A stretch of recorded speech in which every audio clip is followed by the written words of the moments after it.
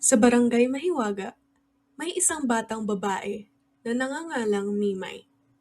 Siya ay hinahangaan ng lahat dahil sa pagiging mabait na bata.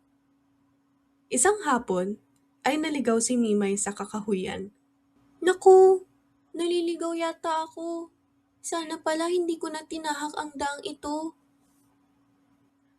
Biglang may isang magandang engkantada ang lumabas sa harap niya. Mimay? Mimay? Si... Sino? Sino ka? Matagal na kitang minamatyagan, Mimay. Alam kong ikaw ay napakabait na bata. Dahil dito, ikaw ay bibigyan ko ng gantimpala. Ikaw ay magtataglay ng mahiwagang kamay. Mahiwagang kamay? Ano po ang ibig niyong sabihin, mahal na engkantada? Bigla na lamang naglaho ang engkantada paglingon niya. Ha? Nasaan na siya? Kinabukasan. Grabe, kakaiba ang panaginip ko kagabi. Tumayo siya upang magligpit ng pinaghigaan, ngunit nang kanya itong hawakan,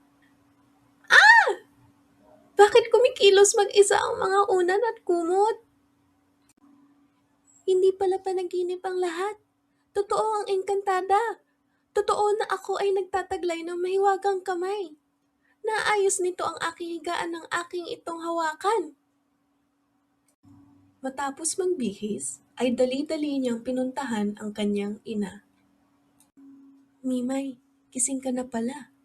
Halika at tulungan mo akong maghain ng agahan. Inay! Inay! Tingnan niyo po! Ginamit niyang muli ang kanyang mahiwagang kamay upang tulungan ang kanyang ina sa paghahain ng agahan. Wow! Napakagaling talaga! Matapos kumain ay sinubukan ni Mimay na hawakan ang mga pinggan. Muli siyang namangha dahil kumilos mag-isa ang mga platong huhugasan. Napakahusay! Ayos talaga ito! Kusang nahuhugasan ang mga pinggan. Ginamit niya rin ito sa pagdidilik ng mga halaman, sa pag-aayos ng laruan. Mimoy, tingnan mo! Naayos ko na ang laruan mo! Yehey! Salamat po, ate! Paulit-ulit na ginamit ni Mimay ang kanyang mahiwagang kamay.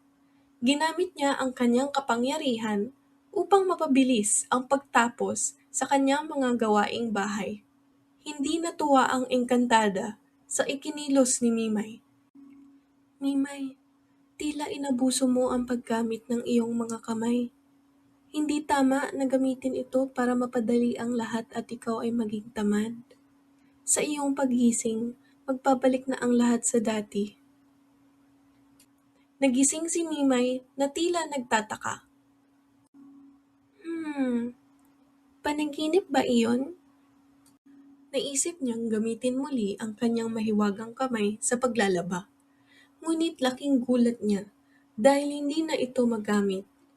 Paulit-ulit niya itong sinubukan ngunit siya ay nabigo. Anong nangyayari?